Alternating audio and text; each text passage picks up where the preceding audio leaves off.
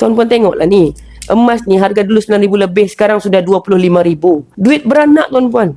Bertukar bentuk kepada yang lebih bernilai. Jadi kenapa saya mau rasa bersalah?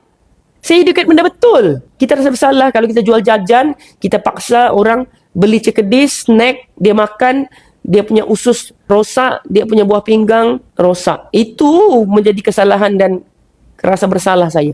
Tapi kalau kita educate orang untuk menyimpan emas, kenapa patut rasa bersalah? Kena bersyukur. Malah tuan-puan customer tu kena berterima kasih kepada dealer.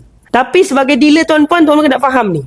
Kita punya tugas bukan menjual. Kalau saya menjual, saya letak beg kuning. Kalau saya menjual, saya letak COD. Tapi saya tak menjual.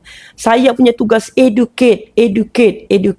Berapa ramai orang yang asbab dia tengok live saya, dia sudah terlanjur daftar under dealer anda aktif, daftar under pasangan dia, daftar under siapa-siapa yang pokoknya anda aktif lah educate. Tapi sebab dia tertarik, dia tersentuh, dia dapat knowledge daripada saya punya perkongsian, dia menjadi referrer. Ni kawan saya mau daftar emas, kau daftar under dia ni.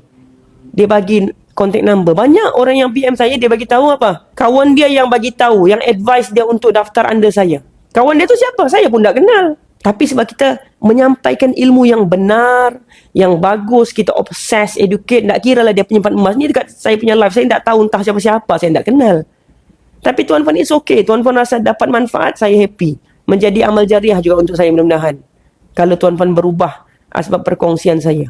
Jadi saya punya tugas menyebarkan ilmu. Tuan-puan mau daftar, tak daftar, akhir sekali tuan-puan akan kembali dengan penyesalan juga kalau tak daftar sekarang dan tak menabung sekarang. Siapa-siapa yang rasa terbuka hati, terbuka minda, rasa excited, mungkin tak banyak lah, sikit lah, 10%, 20%, give yourself a chance. Bagi peluang, daftar percuma, duduk dalam circle saya. InsyaAllah tak menyesal. InsyaAllah, saya jamin tak menyesal.